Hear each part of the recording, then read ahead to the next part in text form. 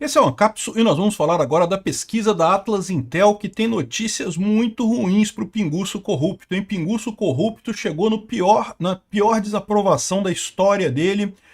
Piorou muito a situação. Lembra que tinha piorado muito com a questão do Pix? Aí o Lula fez uns negócios, deu uma melhorada e coisa e tal. Agora piorou de novo com a crise do INSS e está pior do que na época do Pix, mostrando que esse cara é de uma incompetência flagrante. Não tem jeito, né? Não tem Sidônio que dê jeito na comunicação do Lula. Aquilo que eu falei para vocês, a comunicação do Lula é uma merda, a comunicação da esquerda é uma merda? É uma merda. Mas a verdade é que não tem comunicação que consiga vender produto ruim, meu amigo. Não tem marketing que faça produto ruim ficar bom.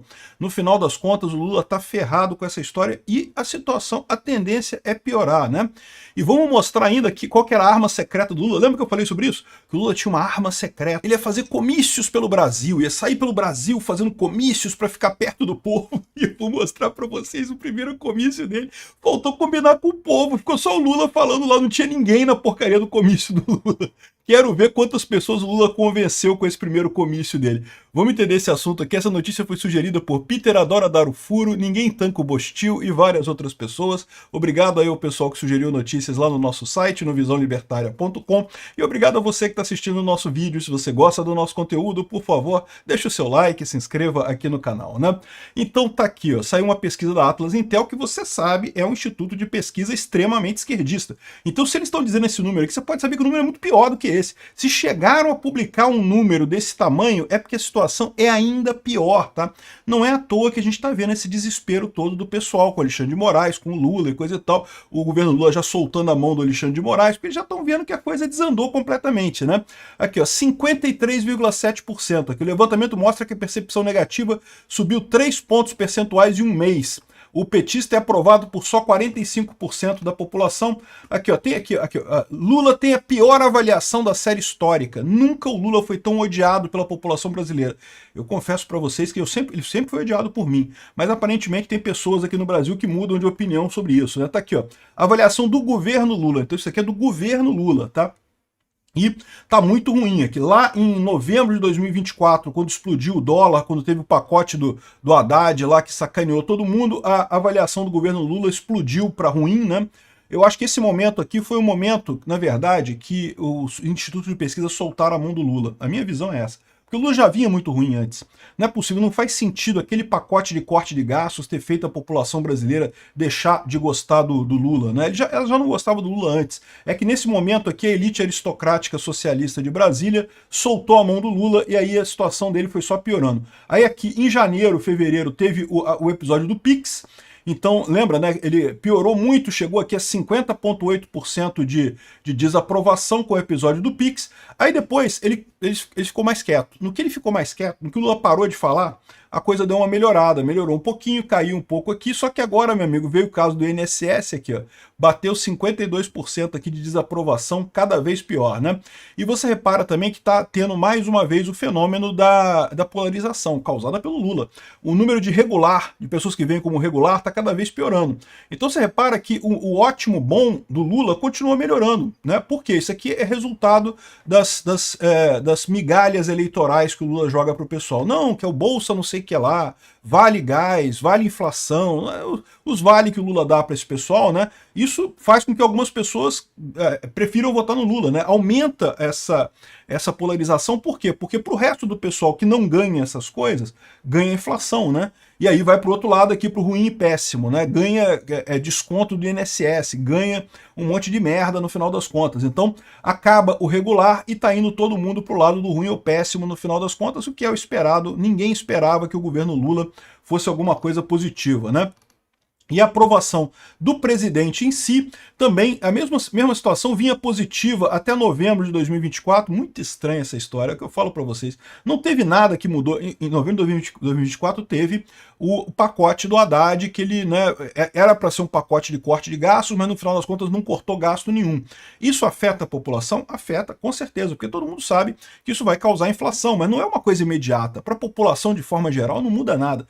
Eu acho muito estranho isso daqui. Isso daqui, para mim, foi a elite aristocrática que percebeu que o Lula não tinha salvação e resolveu soltar a mão do cara, né? Aí, beleza, tava piorando, chegou a 53,6% aqui, lá também na época do Pix, lá da crise do Pix. Aí a último ponto que deu uma melhorada, o pessoal comemorou, tá dando certo, parabéns Sidônio, você conseguiu resolver o problema de comunicação do Lula e coisa tal, porra nenhuma, meu amigo. Deram um jeito aqui, já veio a crise do INSS aqui, ó, pau.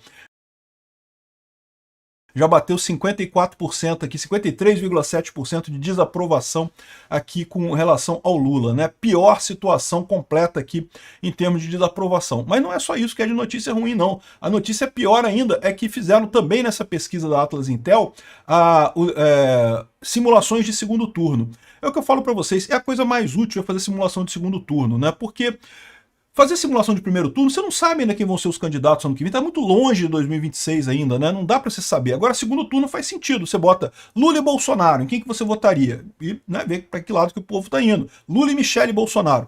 Eu senti falta de Lula e Eduardo Bolsonaro. Tá precisando do Eduardo Bolsonaro nessa história aqui, ó. Mas o fato é que a situação é trágica para o Lula. Perde para todo mundo. Perde. Olha só, ele perde. A pior derrota dele é para Michele Bolsonaro. Olha o que eu estou falando para vocês. À medida que a Michele Bolsonaro se coloca mais como candidata, ela, na minha opinião, é a candidata da direita que tem a melhor condição de ganhar o Lula. Ganha com mais facilidade. O Tarcísio também ganha muito bem, 48,9% aqui o Tarcísio, o Lula com 45,1%. Então repara que no caso da o Lula e Michele Bolsonaro, a Michele ganha com 49,8%, o Lula com 45,3%, né? Ou seja, ela ganha com muita folga, né? Fora da margem de erro. Lula e Tarcísio também, o Tarcísio ganha. Agora, Lula e Bolsonaro, o Bolsonaro ganha também, mas já ganha mais apertado aqui, 47,5%, 45,5% para o Lula.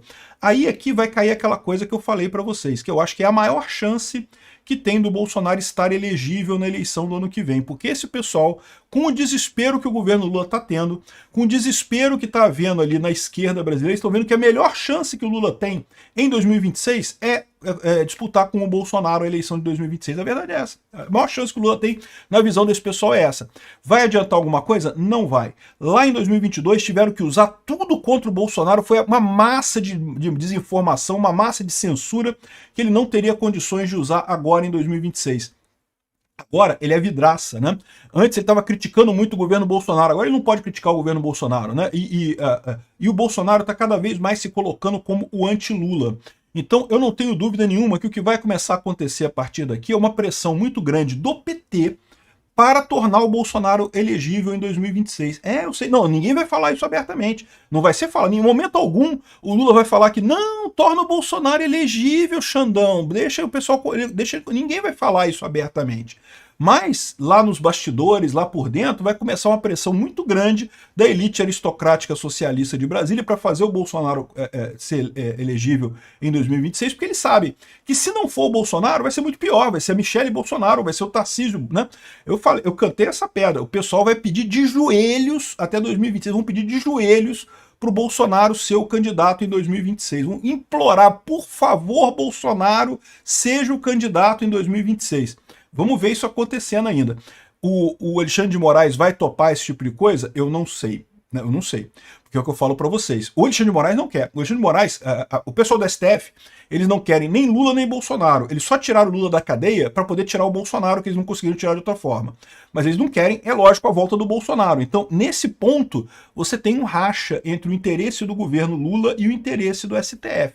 O que é uma coisa muito boa. A gente já está vendo que tem outros rachas nessa história, né? O Itamaraty, eu fiz um vídeo sobre isso mais cedo, o Itamaraty soltou a mão do Alexandre de Moraes. Não vamos retaliar, não. Os Estados Unidos vai ficar por isso daí mesmo.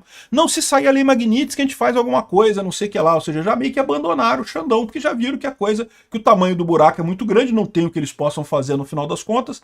Então, meio que já abandonaram essa história. E também tem isso daqui, vai começar a ter esse racha do interesse sobre a candidatura do Bolsonaro entre a esquerda e a centro-esquerda do STF, do PSDB, do PSD e coisa e tal. Eu torço para Bolsonaro estar elegível. Ah, mas você acabou de dizer que ele é o que tem, o Lula tem a maior chance de ganhar dele.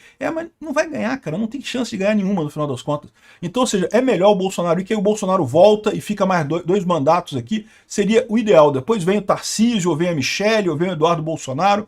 Dá para botar aí uns 10 anos de Bolsonaro, 20 anos de Bolsonaro aqui em seguida, para a gente começar a melhorar de fato esse país, né? Trocar o STF inteiro e começar a melhorar de fato esse país. Então aqui, ó, análise do pessoal da esquerda. O que o pessoal da esquerda está chorando com essa pesquisa? E a desaprovação recorde do Lula favorece a direita e ameaça a reeleição. É mesmo, Sherlock Holmes descobriu que um candidato que todo mundo odeia, até quem votou no Lula odeia o Lula, isso dificulta a reeleição, né? É lógico que dificulta, né? Quem esperava outra coisa. Crise na base aliada pressiona o governo Lula e favorece bloco da centro-direita.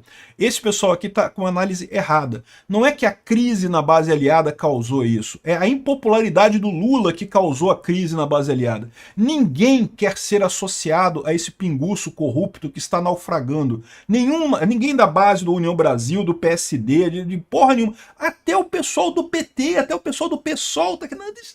Vou me afastar desse cara, porque estão vendo que a coisa tá um desastre o governo Lula e não tem perspectiva de melhora. É daqui para baixo, é disso para pior até 2026. Ou seja, qualquer um que esteja perto desse cara vai se contaminar, é lixo radioativo, vai ser contaminado. Todo mundo querendo distância desse cara. Então não é a crise na base aliada que pressiona o governo Lula. Não. É o governo Lula que pressiona, que gera a crise na base aliada, né? É a impopularidade do Lula que causa o problema na base aliada. E aí que você vê isso na prática também, na rua também, né? O Lula tinha falado que ia fazer uma arma secreta, que ele ia fazer comícios pelo Brasil para reverter isso daí. Porque se eu vou no comício, eu falo para a população e eu contorno as fake news, eu explico para a população o que está acontecendo, e aí a população não vai cair em fake news e vai ouvir da minha boca, eu vou para a rua, eu vou para os palanques para falar. Faltou combinar com a population, ô Lula. Você foi, a population não foi aqui, ó. Tá aqui um evento lá no Porto de Itajaí, o pessoal do Lula proibindo o jornalista de filmar porque tava vazio pra caralho, não tinha ninguém. Aí não deixaram o cara entrar aqui. Mas dá pra você ver aqui, ó, olha aqui a estrutura enorme.